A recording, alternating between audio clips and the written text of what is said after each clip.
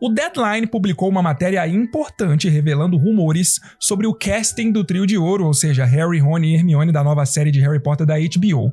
Na matéria, eles até comentam quando que a gente pode esperar aí mais ou menos a escolha do trio. Mas o que mais me chamou a atenção mesmo foi o momento em que eles falaram sobre diversidade na escolha do trio. Será que isso pode trazer mudanças polêmicas na forma como a gente conhece esses personagens? Bom, bora analisar tudo isso juntos. Lumos Maxima.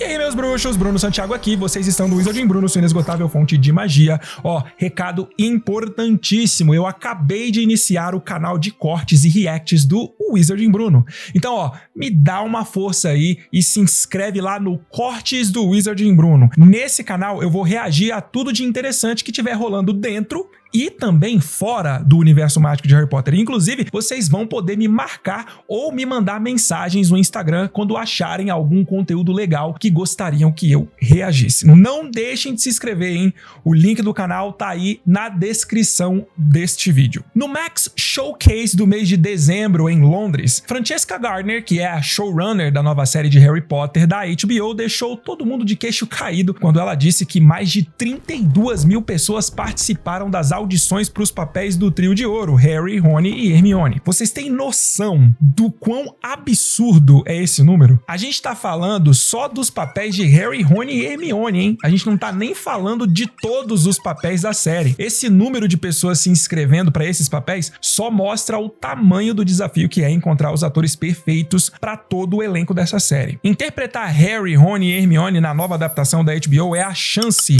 que vai mudar completamente a vida dessas três crianças que vão ser escolhidas. E é só a gente lembrar o que aconteceu com Daniel Radcliffe, Rupert Grint e Emma Watson, né? Eles ficaram mundialmente famosos e se tornaram a cara desses personagens para a grande maioria dos fãs da saga. Bom, o processo do casting do trio de ouro já tá rolando há alguns meses, pelo menos desde o início de setembro de 2024, que foi quando o site oficial anunciou a abertura dos testes, das inscrições para esses papéis. De acordo com o Deadline, tudo começou com uma chamada aberta feita por Lucy Bevan, diretora de casting da série, pedindo inscrições de crianças entre 9 e 11 anos que fossem residentes do Reino Unido ou da Irlanda até abril de 2025. Na primeira fase, cada criança precisou enviar 2 vídeos, um interpretando uma história ou um poema e outro falando sobre si mesma e sobre alguém próximo, podia ser um amigo, um parente ou até um animal de estimação. Agora, 3 meses depois e depois de assistir milhares de vídeos,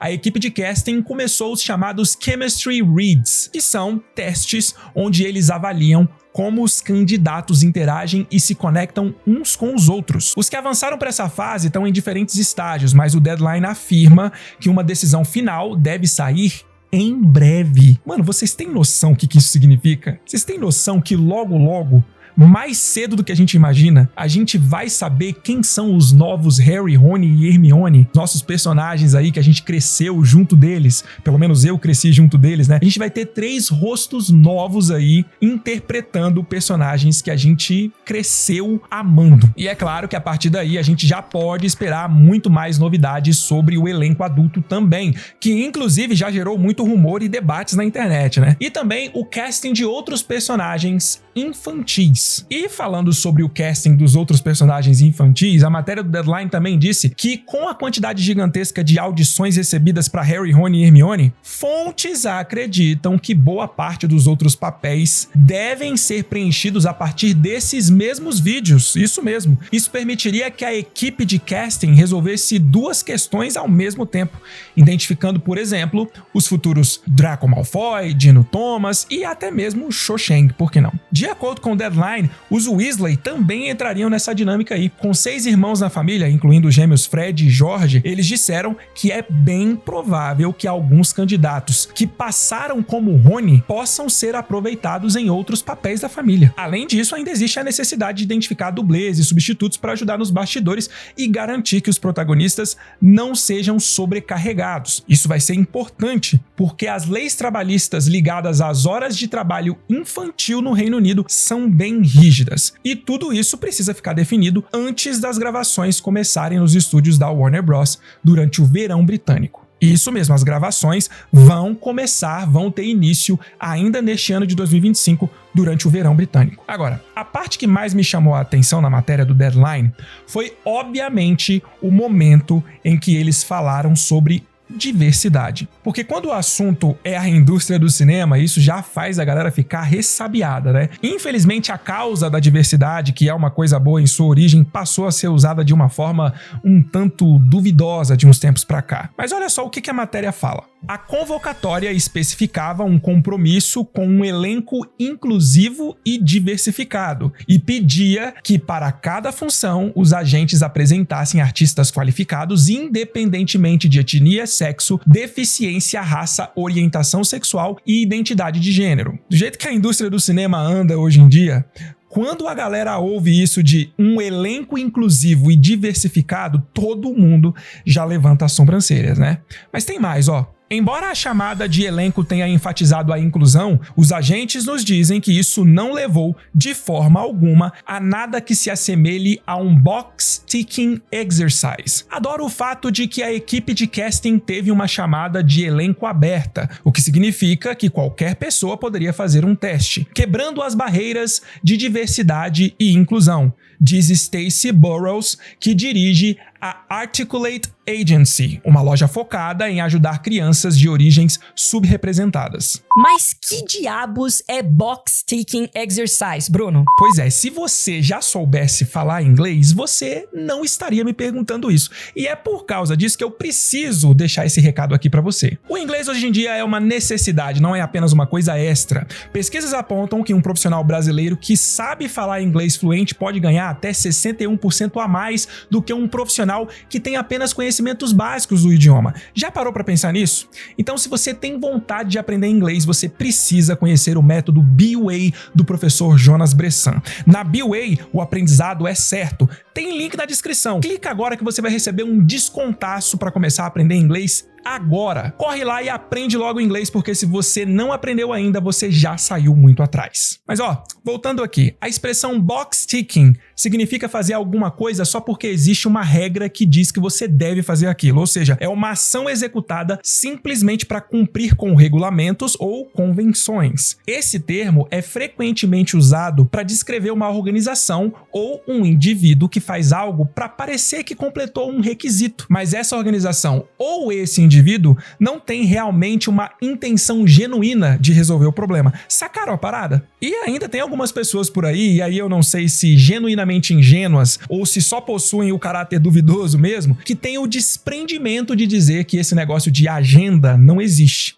É mole ou quer mais? Meus amigos, tá aí. Eles só não usam a palavra agenda, eles usam outra terminologia, mas que significa exatamente a mesma coisa. Então, basicamente, o que a matéria do Deadline está dizendo aqui é que os agentes da HBO, ou pessoas responsáveis por essas fases iniciais de produção da série, disseram para eles o seguinte: olha, a gente disse que vai ter diversidade no elenco, mas a gente não está fazendo isso só para cumprir um regulamento, uma agenda, ou para transmitir uma boa imagem. A gente está fazendo isso porque a gente acredita mesmo nessa causa. Muito bom, eu espero mesmo que eles realmente acreditem na diversidade, porque essas são causas que realmente precisam de pessoas que lutem por elas, com responsabilidade e com real intenção, e não só para pagar de bonzinho para o grande público e principalmente para os patrocinadores, porque o grande público, na real, não tá nem um pouco ligando para essa parada, sacou? Meus amigos, eu já falei isso para vocês, eu sou totalmente a favor da diversidade. E sabe por que eu sou a favor? Porque eu acho que não existe uma raça que seja melhor ou superior à outra. E aqui eu tô falando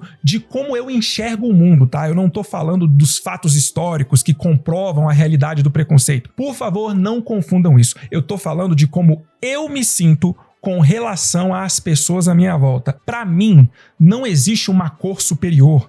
Eu não acho que seja o gênero, a orientação sexual ou a identidade de gênero que define quem é talentoso ou não. Então sim, todo mundo tem o direito de ir e vir e de competir sendo considerado sem nenhum tipo de preconceito. Mas só que eu também sou a favor da meritocracia. E eu não ficaria nem um pouco orgulhoso ou feliz ao descobrir que eu venci uma disputa ou ganhei uma vaga de trabalho ou algo parecido simplesmente por causa da cor da minha pele. Eu não me acho inferior a ninguém.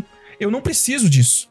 Se eu estiver competindo por alguma coisa, que a avaliação seja justa e eu vença pelos meus méritos e não por causa da minha raça ou por causa do meu gênero. Harry Potter já é uma história que apresenta diversidade. E eu nem vou ficar aqui disputando isso, porque os livros estão aí para todo mundo ler. Só que é uma diversidade de acordo com a realidade do Reino Unido dos anos 90. Então, eu penso que se um estúdio se propõe a readaptar uma obra como Harry Potter, onde todos os personagens já estão no imaginário e no coração de tanta gente, não dá para simplesmente ignorar isso. Ou seja, o estúdio quer se beneficiar de algo que deu certo no passado e deu certo por causa do público, mas aí eles querem mudar tudo, simplesmente porque querem mudar, sem levar em consideração este mesmo público. Qual é o problema de conservar as coisas que são importantes para a grande maioria dos fãs? Alguns elementos da obra original precisam ser conservados, senão a obra perde a sua essência. Ela deixa de ser aquilo que fez uma multidão de fãs se apaixonarem por ela.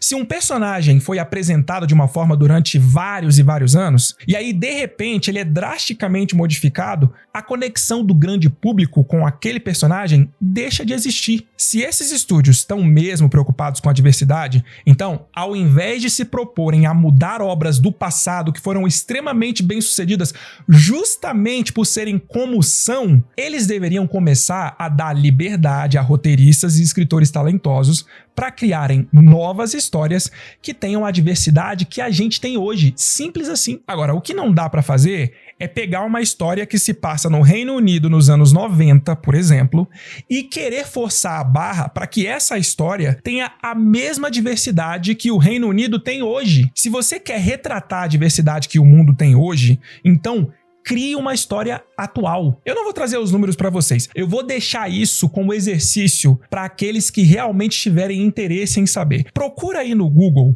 os dados demográficos do Reino Unido nos anos 90 e depois façam o mesmo para achar os dados demográficos mais recentes. Vocês vão ver a diferença absurda e vão entender o que eu tô querendo dizer. E o que eu tô querendo dizer é que se você quer diversidade, não adianta fazer uma história numa época ou num lugar em que essa diversidade não existe, porque senão vai ficar forçado. Isto é muito óbvio. Enfim, eu acho que todo mundo tem o direito de participar das audições e de serem pelo menos avaliados para os papéis, independente de qualquer coisa.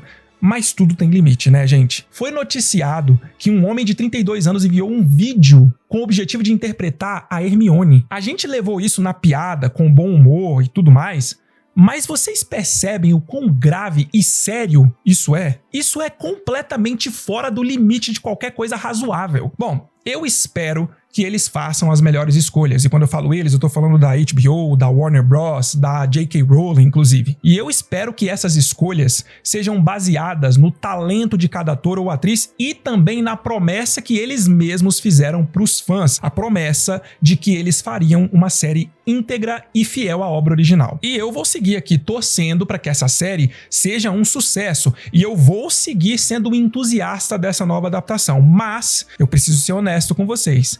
Eu já estive muito mais otimista com relação a essa fidelidade que eles prometeram para essa série. Hoje, depois das últimas notícias, dos últimos rumores que saíram, eu confesso que eu tô bem preocupado com o que pode vir por aí. Mas eu ainda vou fazer um vídeo falando especificamente sobre a escolha dos atores mirins, especialmente a escolha das crianças que vão interpretar Harry, Rony e Hermione. Eu quero falar sobre a responsabilidade que nós, adultos, precisamos ter na hora de criticar o trabalho dessas crianças. Não significa que a gente não pode dizer o que não gostou, nada disso. Mas quando a gente está falando de uma criança, eu acho que a gente precisa pensar bem antes de fazer qualquer comentário. Sacaram o que eu tô querendo dizer?